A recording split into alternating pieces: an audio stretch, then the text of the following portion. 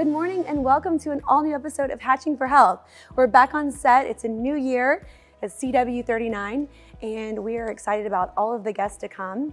Today we're going to be visiting with Liz Williams, and she has a book called The Junk Bike Crew and Mattie's Match, and I am so excited to learn all about it and what she's doing for the community. So let's welcome Liz Williams. Hello. Aren't you just precious? Yeah, nice to meet you. It's nice to meet you. Take a seat. Great. So you're out of the Woodlands, Texas, Yes. huh? Yes, Okay. I am. So Yes. a little drive-in, not too bad. No, not too bad. Not at all. Yeah. So we got connected on Instagram. Of course, yeah. Most common places these days. And I love what you're doing. I mean, we support obviously organizations and children and families with different conditions, but I know your specific book is tied to a condition with a child named Mattie, because I actually don't know much more than that. Yeah. But I know that it's going to be available this month, January 31st. Yes. So tell me a little bit about how this book came about. Sure. Well, the name of it, as you said, is The Junk Bike Crew and Mattie's Match.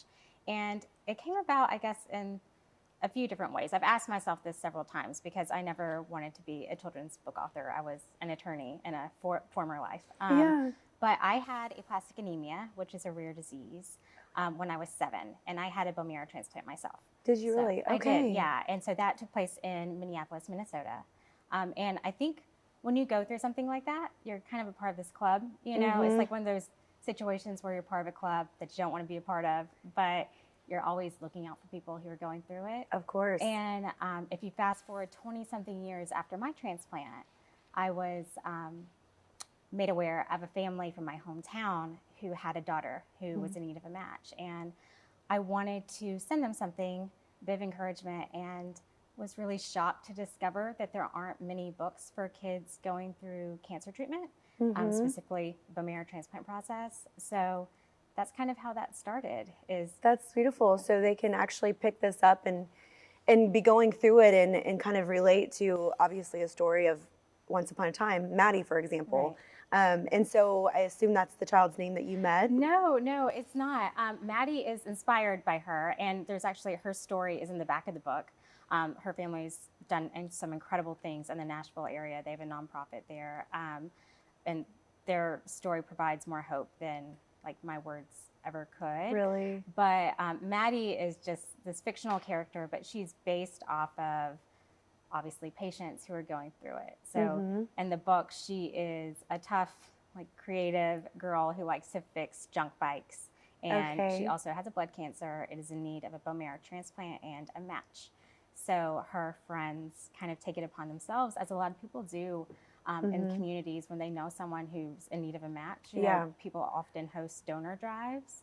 And I guess the childlike version of that is these kids do that. They go riding their bikes out to try to find a match for Mattie. And how the cute. book sees them through and sees her through. I love that. Thank you. So and what age is Mattie in the book? So I would say she's like 6 or 7, but the book is written for kids under that age. You know, it's a picture book. So I have a can 3-year-old son, so I've been doing a lot of picture books, and as I was writing it, that's the age I was kind of thinking. Yeah, and so I noticed there was a lot of pictures. Are you actually an artist as well? I am absolutely not. No. Okay. The illustrator is so cute. The illustrator is Jennifer Ward. She's incredible. She's based in Louisiana, and I really lucked out with her beautiful artwork and just the kind of person she is. I love the idea of like the kids rallying together, riding bikes around to like find people to basically test their bone marrow, essentially. Tell me a little bit about that, because I mean, even with yourself, like somebody had to match you back when you needed that. Like, how do people, kind of find each other to know, hey, I can help you? Yeah, well, so actually my sister was my match, and she was 11 years old at the time. So I was 7 and she was 11, and an 11-year-old who was afraid of needles, she would pass out anytime she'd see a needle, but she was still super brave, and she donated to me. But I believe 70% of those who are in need of a match don't have one within their family. And so that's when the donor registry kind of steps in and fills that link. So hopefully those patients are matched. That is some of the most, like, it's the bizarre circumstance to think about that, your own bloodline like there's a lack of 70% of that possibility, you know? I know. I remember there was a boy that had come to me through Big Love Cancer Care, and he was in a small town and was African American, and they had been on so many, you know, just basically a journey to find him a match. And I know Houston was, you know, has a large population of African Americans, and so we were like, well, maybe we can help. And I need to follow that story, but it's, you know, it's you definitely, you know, not even knowing the child, like you want to get behind the situation, you know, and be like, go get a swab, you know? Yeah, I know. Well, that's the thing is I think if more people realize that they could really be a real life hero, then more people would do it. You know, I think it really is just getting that message across. And that's something else that I hope to do in the book. There's a story in the back, obviously, of the family that I mentioned, also my story, but then a bit of just encouragement to hopefully join the registry, because I mean, you could be walking down the street one day and then saving someone's life the next, you know, or, you know, within a few weeks or however long that process is. Without,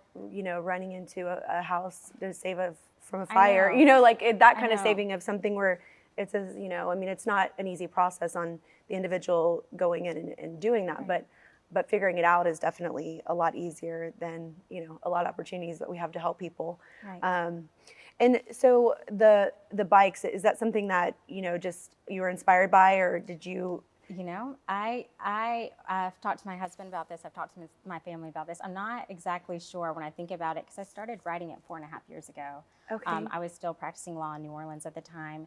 And it was just an idea that I had when I was thinking about this family, just how I could maybe explain it to a child, you know, like kids. Exactly, like something they can get behind. They're like, bikes, you know, really in a way that could be visual, in a way that could make it, obviously it's a very serious topic, but like I said, there aren't that many books for kids going through it, and the ones that are out there are very factual. It's very much, you're going to go into the hospital, this is what's going to happen, which is totally needed. Okay. But I feel like a lot of, there's a missed opportunity to have hope in those books, or adventure, just something where these kids can see themselves in the book, and then also see a happy ending and have it told in a way that, you know, kids can understand and still have beautiful pictures. So of course, yeah.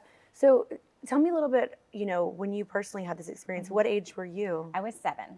Okay. Yes, so I was 7, and my sister, like I said, was 11. Okay.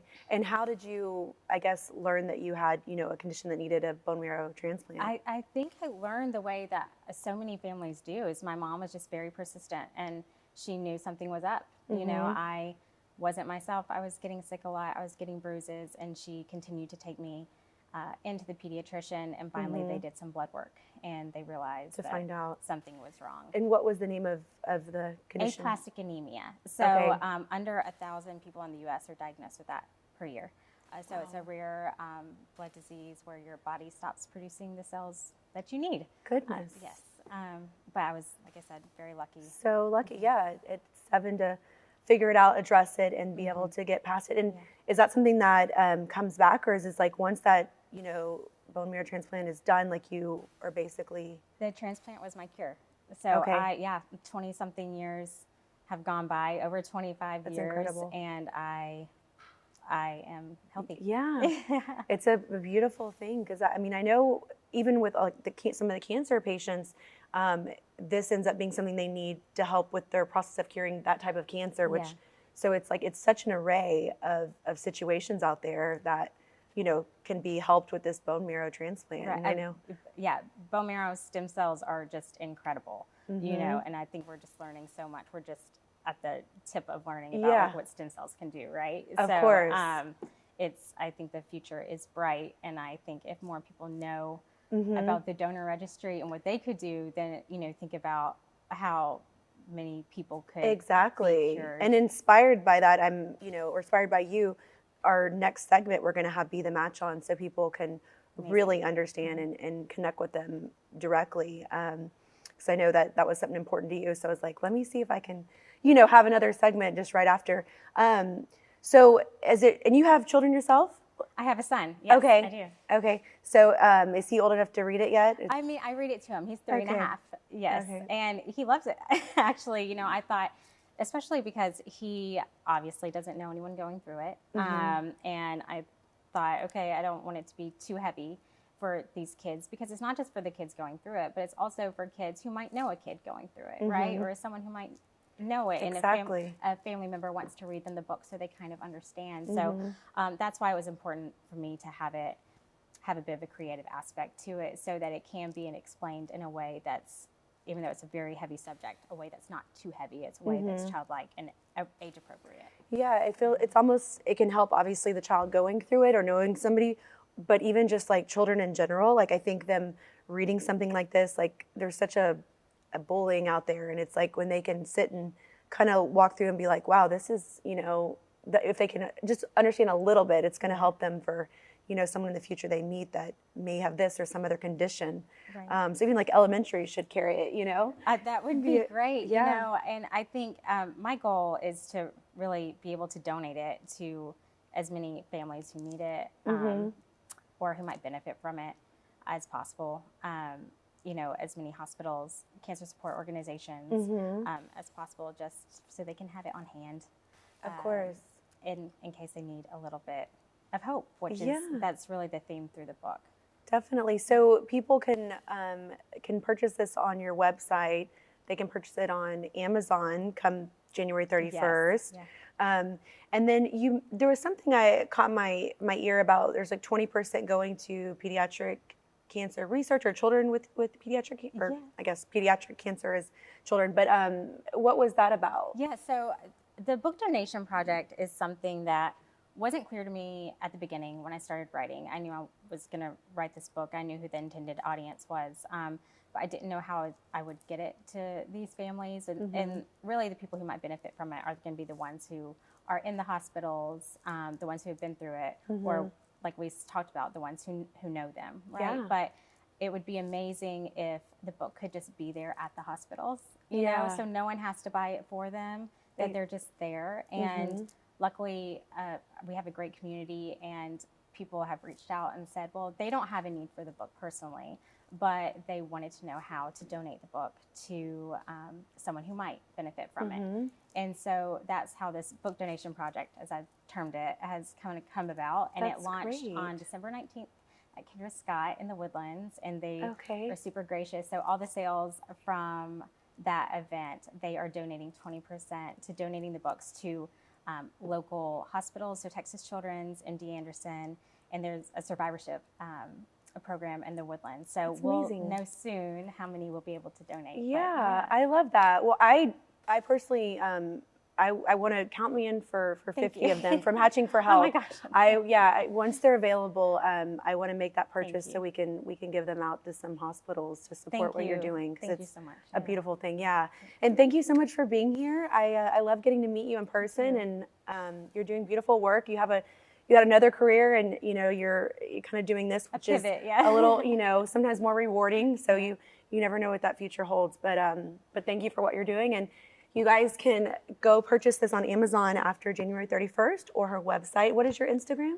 My Instagram is Liz_R_Williams, and my website is LizWilliamsBooks.com. Perfect. So you can get the Junk Bite Crew and Mattie's Match January 31st.